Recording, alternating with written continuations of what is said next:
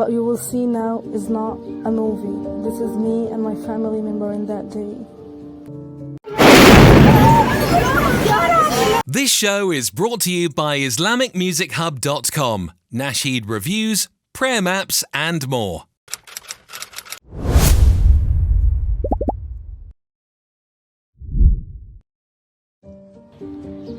I hate crowding, but I have forced to walk through it. I'm Ayah, 26 years old industrial engineer and a Google certified data analyst. Before the genocide in 2023, my life was filled with passion, purpose, and creativity. I was constantly growing, developing my skills, and taking on new challenges.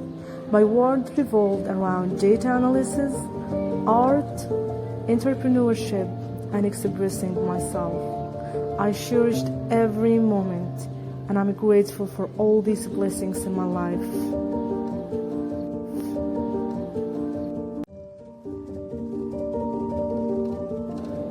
I lived in an extended family consisting of my cousin's family. We lived together in a 2 floors building the whole of our lives.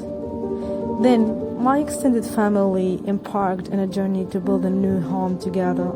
We witnessed every step of the process, from construction to moving, cleaning, and preparation.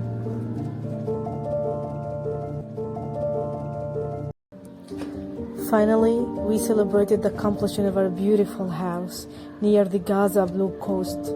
It was a place of comfort, decorated with love and care, and a testament to our collective effort. Throughout my life, I strived for an organized and efficient lifestyle.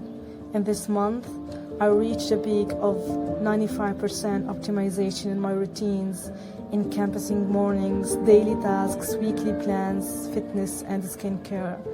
This newfound structure empowered me to pursue my artistic side, leading me to create Quranic art and launch a business called Bayan for Quranic artistry. Bayan has been taken from the Quranic verse, "This is an insight to humanity." I also poured my passion in Bayan logo designing a process. This day, I have exactly stood up here, catching this shoot to use it in Bayan launching a story reel. And on the other side, I was able to see the sunset view, a sunset that has not given rise for our souls again until today. As usual, during my morning routine, with my cup of Nescafe, our rocket starts moving above our heads. And then, as you know, the genocide started. Everything changed. The conflict began shattering the peace and leaving us uncertain about the future. For the first 10 days, we stayed together in our home, finding solace in family and art. Hope is all over I've got that this will end soon, but Israeli army has another opinion, for sorry. On that day, tragedy struck. We all were sitting together in the ground floor watching TV news when an airstrike hit our neighborhood.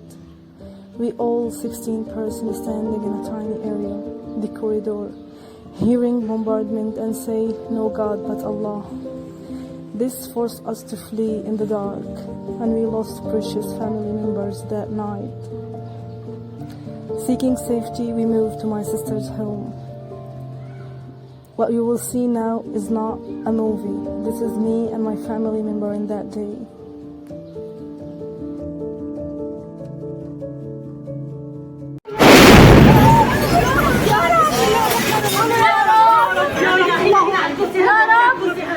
أشهد أن لا إله إلا الله وأشهد أن محمد رسول الله. The following months were marked by further displacement, forcing us to move 9 times before finally reaching Rafah city. With the 1.5 million inhabitants into a small area, the living conditions were dire. The lack of a proper infrastructure made daily life a struggle. Despite the hardship, we clung to the hope of returning to our home. a hope fueled by a photo showing it miraculously standing amidst the destruction. February brought the devastating news. Our home was completely destroyed. At this point, we have two options with no third one: become desperate and lose hope, or to start all over again. As I look toward the future, I am filled with a mix of emotions. The pain of loss is ever present, but the unwavering spirit is also there. What really calmed down my soul is Allah saying, only those who endure patiently will be given their reward without limit.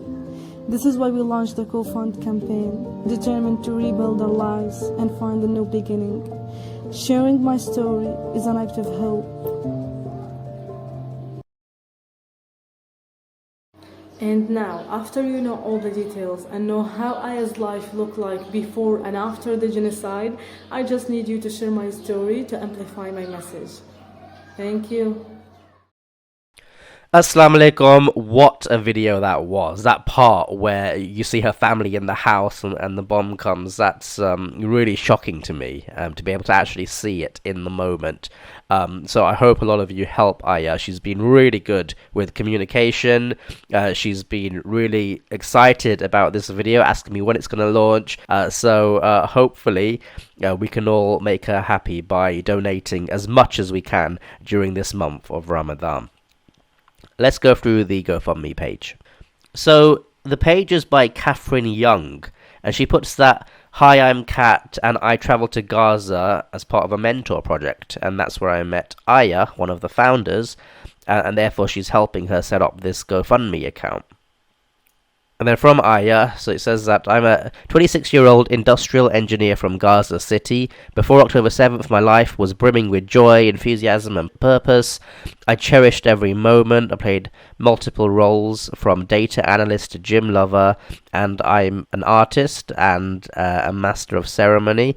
I lived independently, nurturing dreams of owning a car, traveling to the world, and inspiring others." So she launched a new business called Bayan for Quranic Artistry as well, a month before the genocide started. She was forced to flee, lost 3 family members in the process, and found themselves in Rafah city. Then it says, "Rockets pierce the air. Fear lurks around every corner, and the past 5 months have stripped us of everything we held dear. And as a result, our home has been completely destroyed, meaning that we've become homeless in a way. Given our current desperate situation, where affording basic necessities is a challenge, we've come up with a plan to rebuild our lives elsewhere. Losing our home, source of income, and business led us to seek help through this campaign. The raised funds will cover the expense of travel through the Rafah crossing, which is $5,000 per person, and sustain living costs. So let's all help Ayah as much as we can." This recording was brought to you by IslamicMusicHub.com.